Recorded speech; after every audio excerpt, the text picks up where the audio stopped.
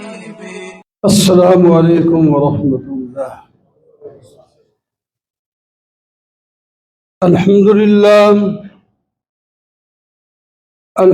للہ وکفى والصلاة والسلام على سید الرسل وخاتم الانبیاء، اما بعد فاعوذ باللہ من الشیطان الرجیم، بسم اللہ الرحمن الرحیم۔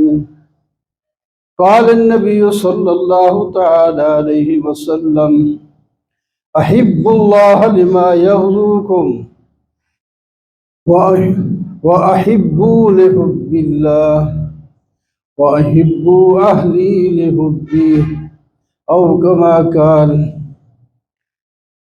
صدق الله مولانا العظيم وصدق رسوله النبي الكريم، ونحن على ذلك لمن الشاهدين والشاكرين، والحمد لله رب العالمين۔ محترم معزز سامعین، بزرگوں، دوستوں اور عزیزوں، پچھلے جمعہ ایک حدیث آپ کو سنانا شروع کی تھی، جس میں اللہ کے نبی صلی اللہ علیہ وسلم فرماتے ہیں کہ تم اللہ سے محبت کرو، اس واسطے کہ وہ تمہیں غذا دیتا ہے، تمہیں کھلاتا پلاتا ہے۔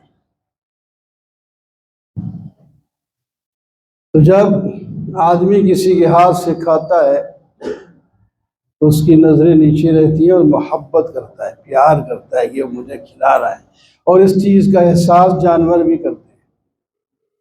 آپ جس جانور کو کھلا پلا رہے ہیں وہ آپ سے محبت کرے گا، یہاں تک کہ وہ جانور جو خونخوار سمجھے جاتے ہیں، کتے بلے، وہ بھی محبت کرتے ہیں کھلانے پلانے کی وجہ سے۔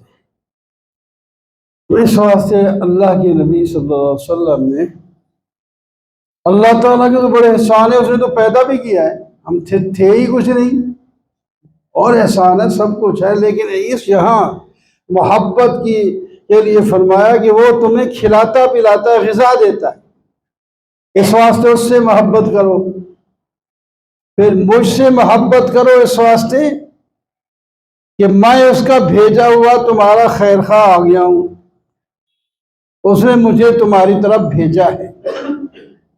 یہ بھی اللہ ہی کا احسان سمجھو کہ مجھے تمہاری جنس سے نبی بنا کر کے بھیجا ہے، تو اس کا ہدیہ سمجھو، تحفہ سمجھو مجھے بھی۔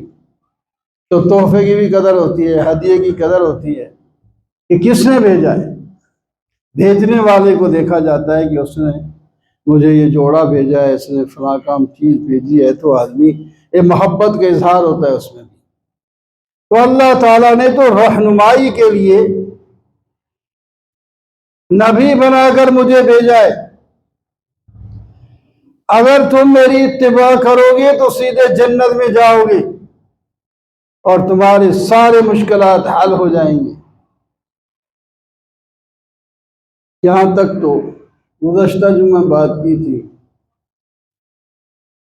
اب تیسری بات آپ نے یہ فرمائی، وَأَحِبُّوا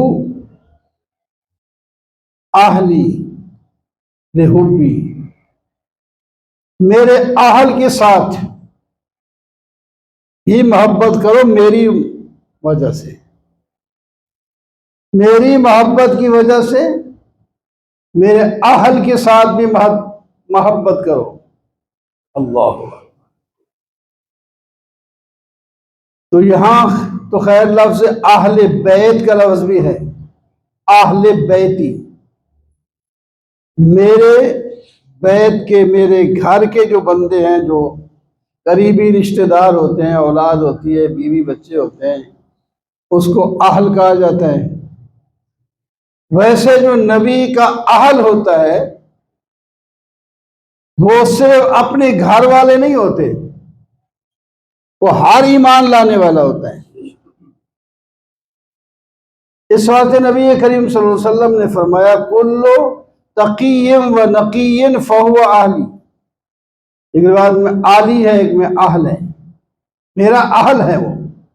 ہر نقی تقی پرہیزگار آدمی ایمان لا کر اللہ کی نافرمانی سے بچنے والا تقی نقی ہوتا ہے۔ نقی مانا صاف ستھرا، گناہوں سے صاف، وہ میرا اہل ہے۔ حضرت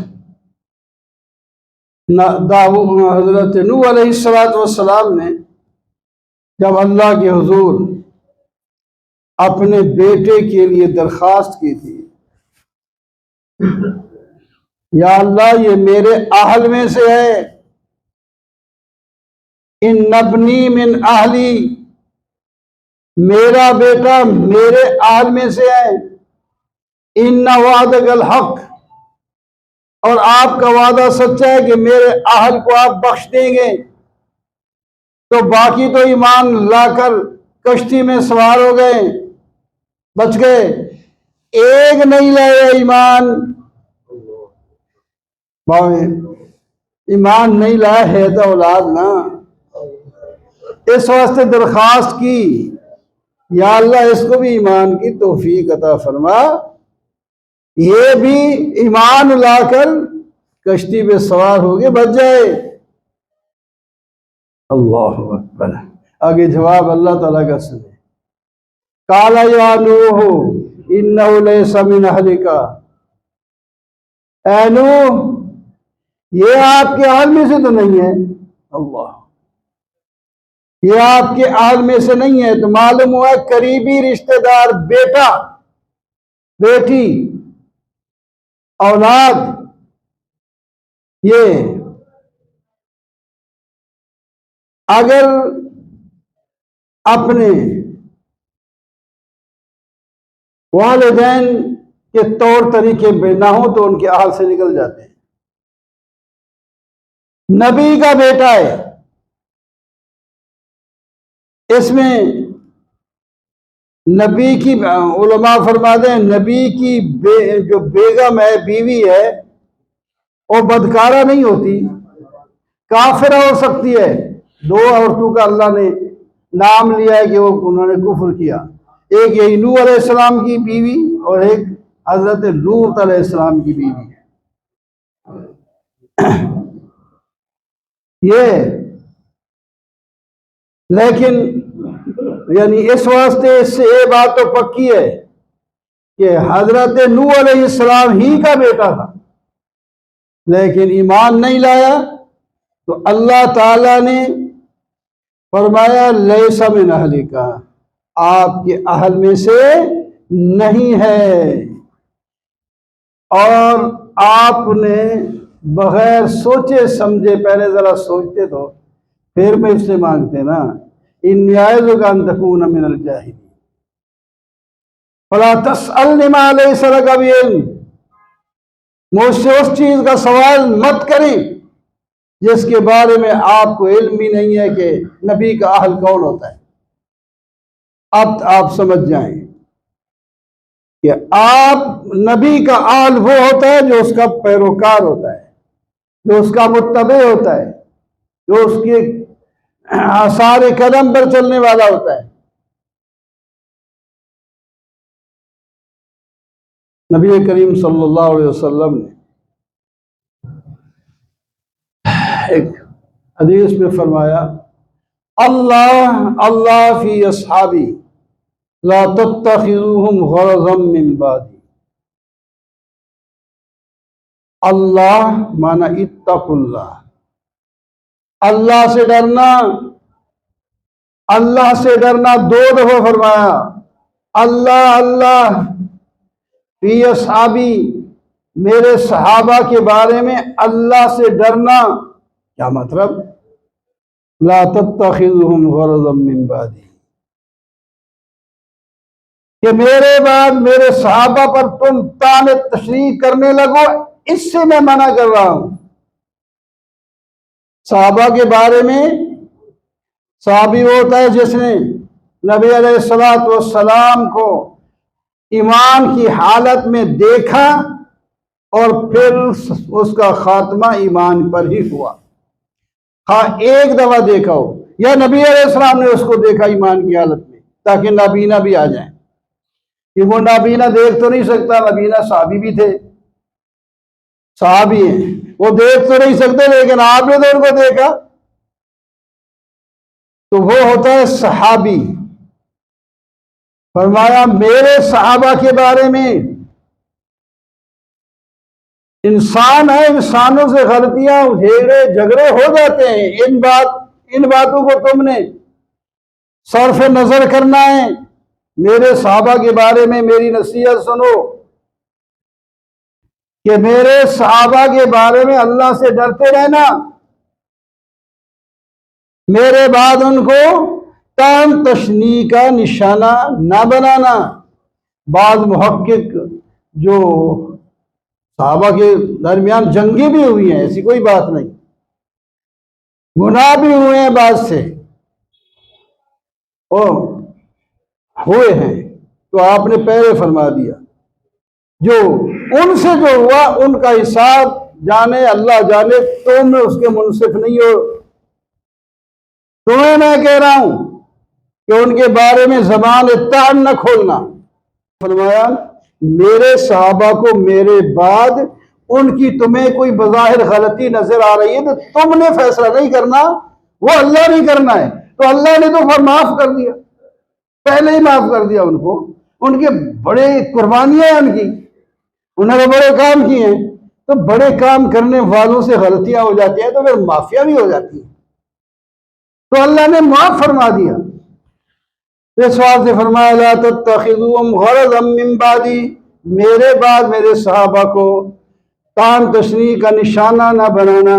فمن احبهم فبحبی احبهم، جو صحابہ سے محبت کرتا ہے وہ میری محبت کی وجہ سے محبت کرتا ہے. صحابہ ان کے رشتہ دار نہیں لگتے، وہ میرے رشتہ دار ہیں، مجھ پر ایمان لائے ہیں، ان کے اسلامی بھائی ہیں. جو ان سے محبت کرتا ہے اصل میں میرے ساتھ محبت ہے، پھر میری محبت سے صحابہ سے محبت کرتے ہیں.